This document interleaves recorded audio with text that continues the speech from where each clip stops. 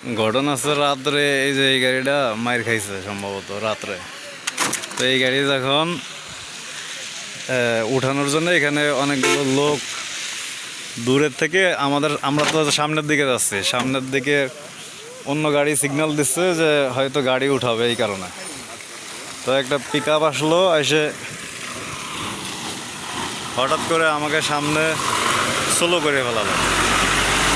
Slow করার পরে driver খেয়াল করে দূরের থেকে গাড়ি কন্ট্রোল করার চেষ্টা করতেছিল।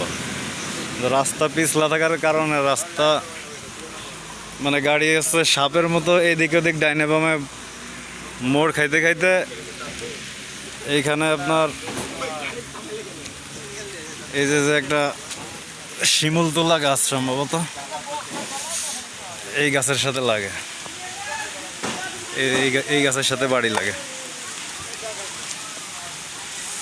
এই গাছের সাথে বাড়ি লেগে তারপরে এদিক দিয়ে ব্যাক সাইড ঘুরে যায়, ওই আম গাছে লাগছে।